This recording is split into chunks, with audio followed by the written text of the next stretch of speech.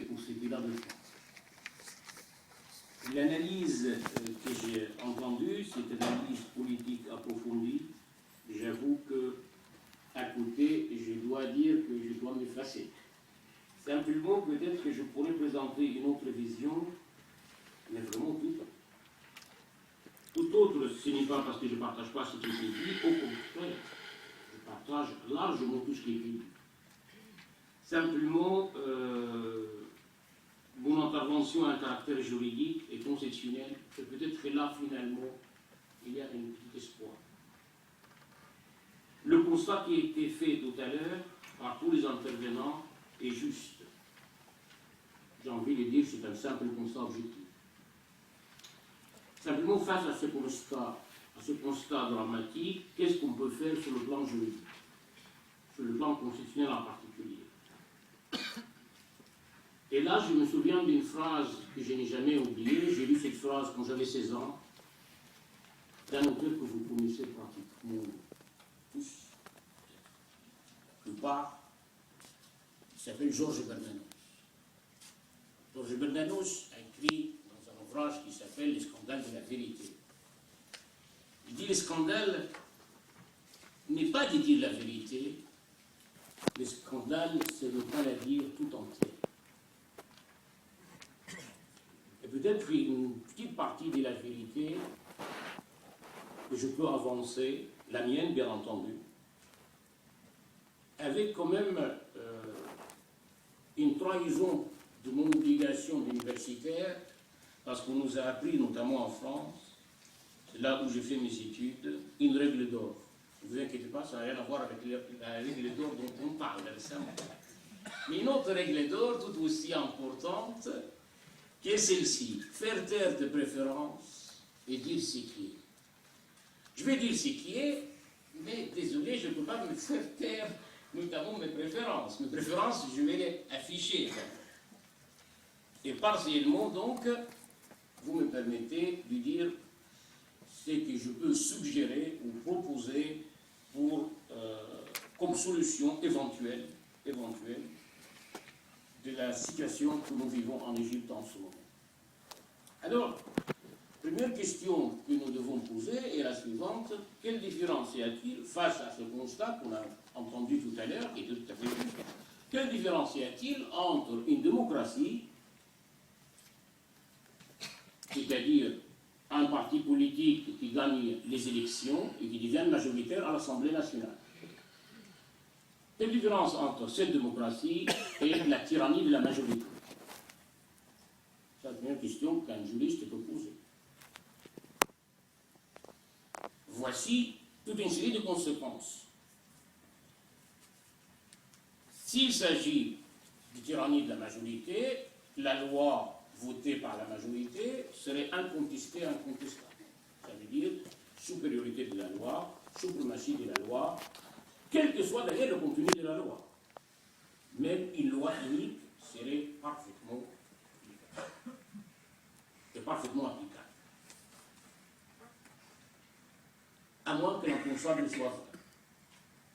À moins qu'il y ait autre chose, autre principe,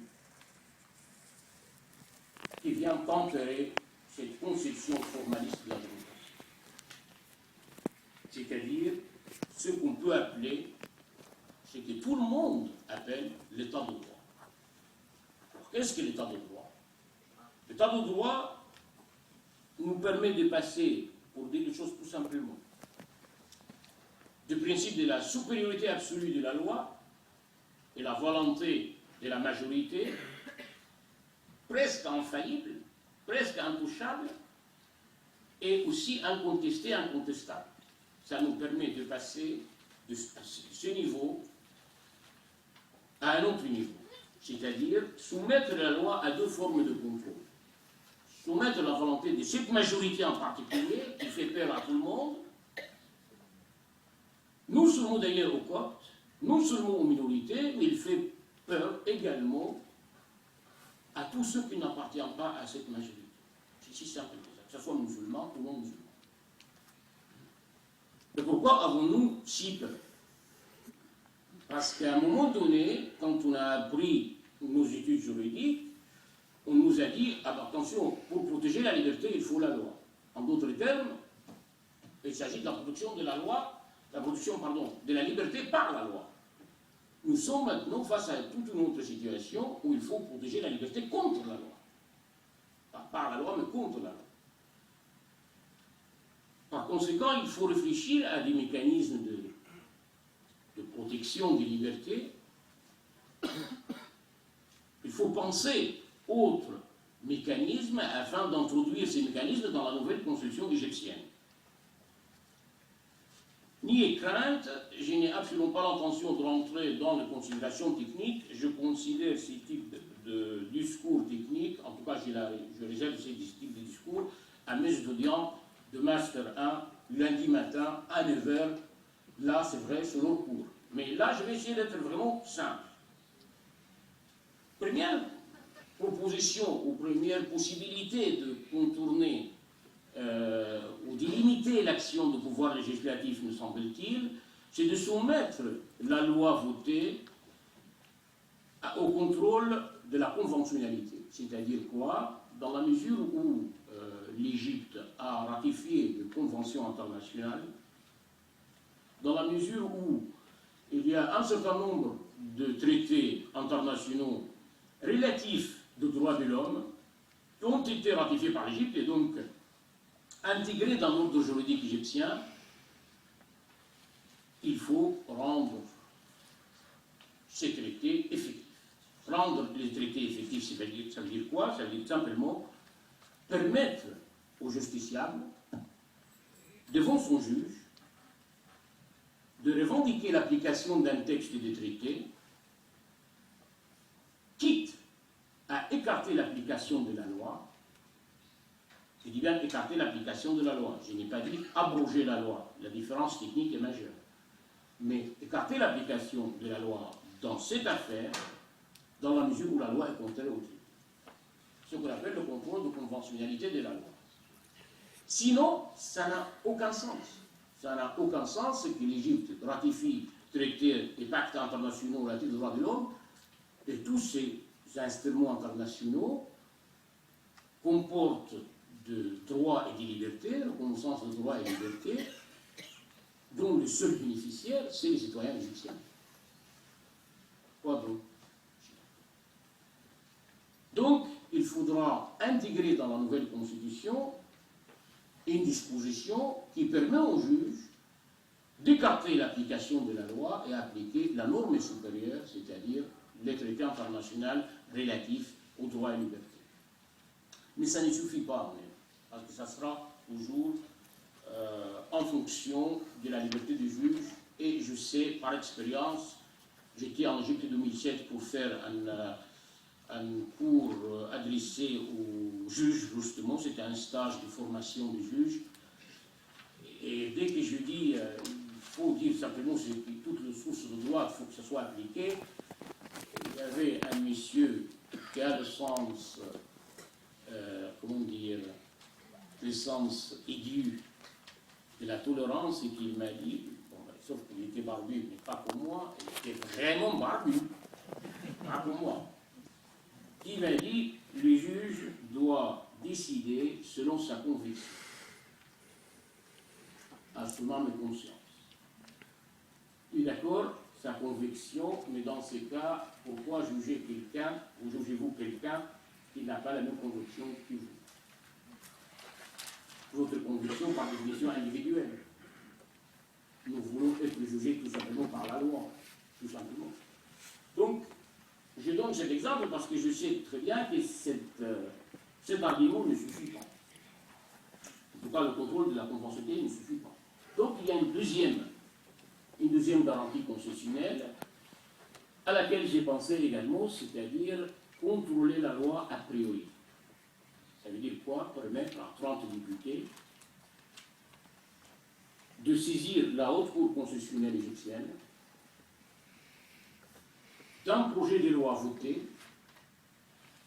mais avant qu'il ne soit promulgué, pour vérifier la constitutionnalité de la loi.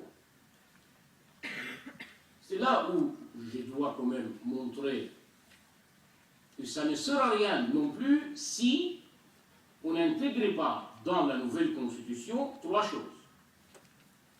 D'abord, rapport équilibré entre l'exécutif et le législatif. C'est-à-dire, comme nous avons un Parlement très fort, il faut aussi qu'il y ait un contre-pouvoir. Un contre-pouvoir, ça veut dire quoi? Ça veut dire un président de la République parfaitement capable de dissoudre l'Assemblée nationale. Deuxième chose, c'est naturellement intégrer également une liste ou un catalogue de droits fondamentaux.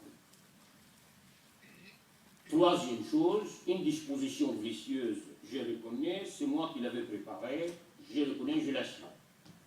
D'indiquer dans la Constitution qu'aucune disposition de cette loi fondamentale ne peut être interprétée de façon restrictive aux droits et libertés qui continuent.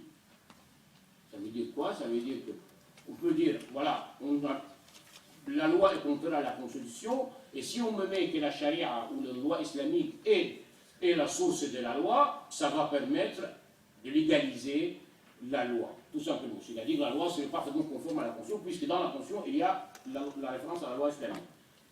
Mais justement, il ne faut pas qu'on interprète cette disposition de l'article 2 de façon restrictive. Pourquoi? Parce qu'il y aura un autre article qui dit « Rien dans cette Constitution ne permet de donner une interprétation constitutionnelle restrictive aux droits et libertés. » Évidemment, tout cela, n'oublions pas que nous avons quand même affaire avec des êtres humains.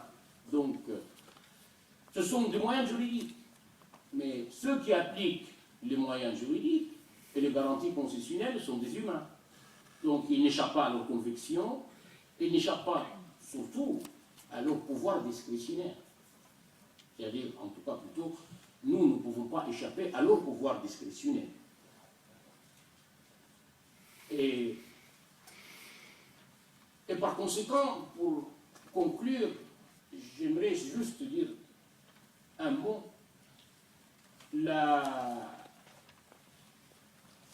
La réflexion qui doit être menée par les intellectuels égyptiens, à l'intérieur de l'Égypte ou à l'extérieur de l'Égypte, c'est cette distinction majeure entre la tyrannie de la majorité et l'état de droit. L'état de droit, ça veut dire quoi? Un certain nombre de principes qui doivent être intégrés. Principes généraux de droit, reconnaissance des droits de l'homme, principe d'égalité, non-discrimination, etc. Ça, état de droit. Mais, sinon, honnêtement, je crains que la situation devienne ingérable, non seulement pour le Copte, mais pour tous les Égyptiens. Ce sont donc quelques réflexions très très rapides que je soumets à votre débat et à votre réflexion également. Et je suis très heureux, encore une fois, de répondre à vos questions éventuelles.